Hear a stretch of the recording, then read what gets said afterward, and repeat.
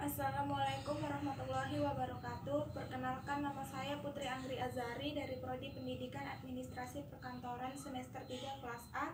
NIM saya 7193344003. Di sini saya akan menjelaskan adanya penyebar luasan dan penyalahgunaan narkoba di Indonesia. Adanya penyebar luasan narkoba yang menakuti masyarakat Indonesia. Penyalahgunaan narkoba memang menjadi perilaku serius yang sudah menjangkau semua lapisan masyarakat, baik orang tua, remaja, dan anak-anak. Adanya persoalan penyalahgunaan dan peredaran gelap narkoba tidak dapat terlepaskan dari kegagalan manusia Indonesia dalam menyerap nilai Pancasila sebagai sebuah nilai luhur hasil konsensus pendiri bangsa. Padahal, Pancasila sejak kelahirannya mengandung pemahaman yang leluhur, dengan dijiwai semangat ketuhanan, kemanusiaan, persatuan, kehidupan yang demokratis, dan keadilan sosial.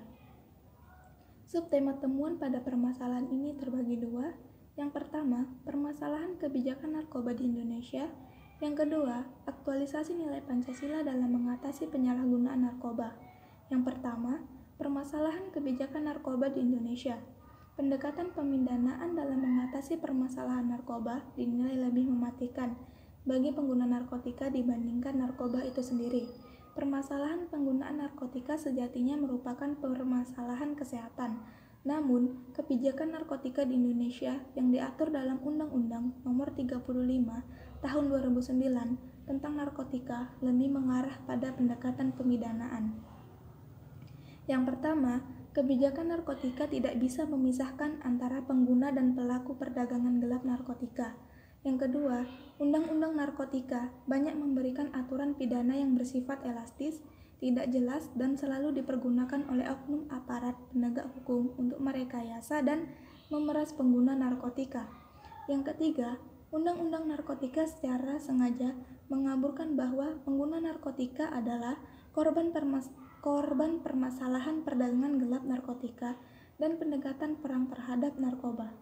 Yang keempat, rehabilitasi diartikan sebagai pengobatan dan bukan sebagai pemulihan. Kelima, kebijakan narkotika saat ini tidak mau mengakui konsep pengurangan dampak buruk pengguna narkotika atau harm reduction. Permasalahan yang kedua, aktualisasi nilai Pancasila dalam mengatasi penyalahgunaan narkoba. Nilai Pancasila secara umum dibagi menjadi dua, yaitu nilai dasar dan nilai instrumental. Aktualisasi Pancasila adalah bagaimana proses nilai-nilai Pancasila benar-benar dapat tercermin dalam sikap dan perilaku seluruh warga negara, mulai dari pimpinan negara, aparatur negara, sampai kepada rakyat biasa. Persoalan bagaimana bentuk konkret aktualisasi nilai Pancasila dalam mengatasi penyalahgunaan narkoba di Indonesia.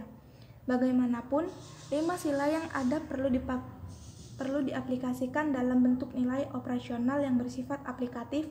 Ada beberapa bentuk nyata dalam aktualisasi nilai Pancasila. Yang pertama, diperlukan kesadaran setiap manusia Indonesia bahwa narkoba bertentangan dengan ajaran agama.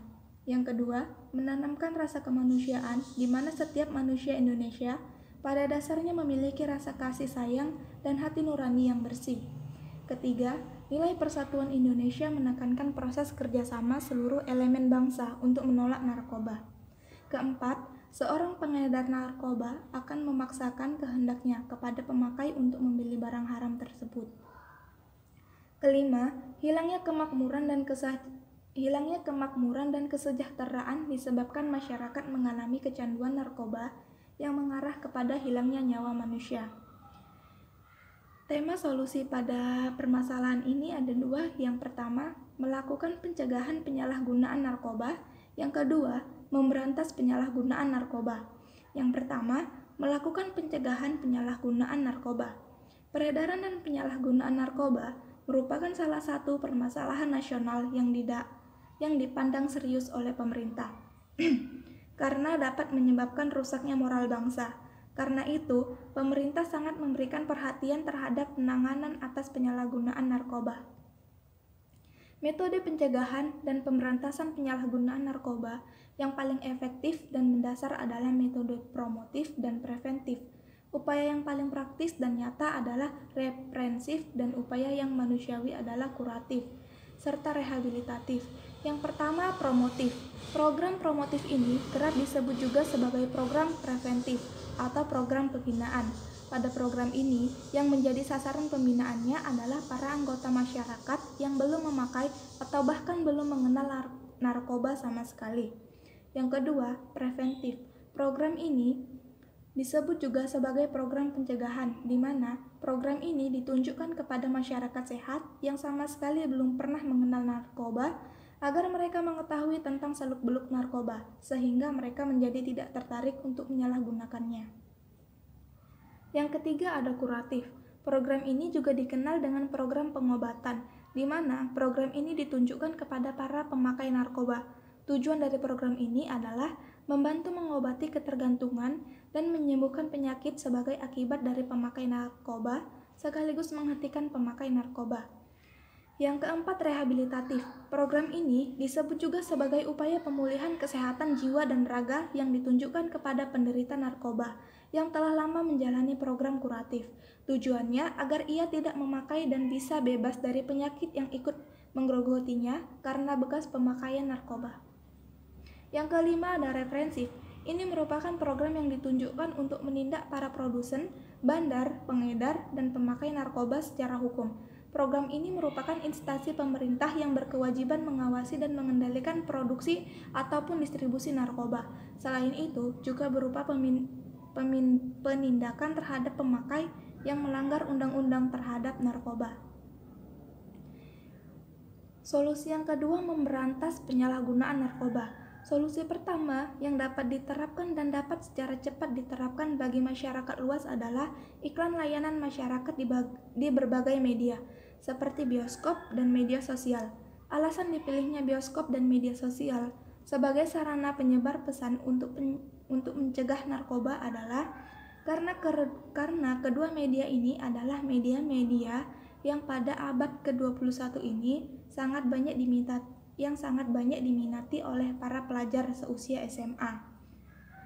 Pengadaan program seperti ini dapat dilakukan di tingkat provinsi. Setiap provinsi akan diberikan ketuanya masing-masing. Lalu, setiap provinsi akan memanggil perwakilan pelajar dari setiap kabupaten atau kota madya untuk diberikan penyuluhan tentang pencegahan narkoba.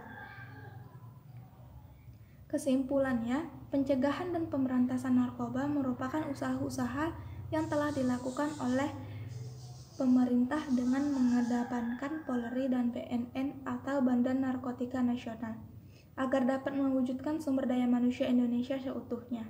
Adapun upaya pencegahannya dan pemberantasan narkoba dilakukan dengan 5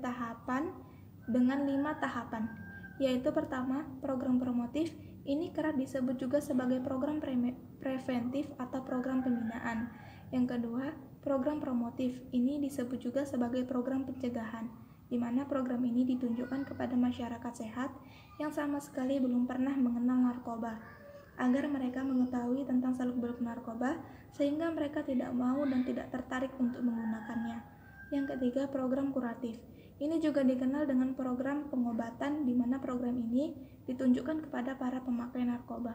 Yang keempat, program rehabilitatif. Ini disebut juga untuk upaya pemulihan kesehatan jiwa dan raga, yang tujuannya untuk memulihkan pemakai narkoba sehingga tidak mau memakainya lagi dan menyembuhkan kesehatan para pengguna narkoba. Yang kelima, program reprensif. Program yang ditunjukkan untuk menindak para produsen, bandar, pengedar, dan pemakai narkoba secara hukum. Upaya pencegahan dan pemberantasan terhadap penyalahgunaan dan peredaran gelap narkoba perlu dilakukan secara komprehensif dan multidimensional, sehingga perlu berusaha menghilangkan pandangan bahwa masalah penyalahgunaan dan peredaran gelap narkoba bukan hanya masalah pemerintah saja, tetapi merupakan masalah yang harus ditanggulangi bersama. Pencegahan dan pemberantasan terhadap penyalahgunaan dan peredaran gelap narkoba dilakukan dengan membangun upaya pencegahan yang berbasis masyarakat.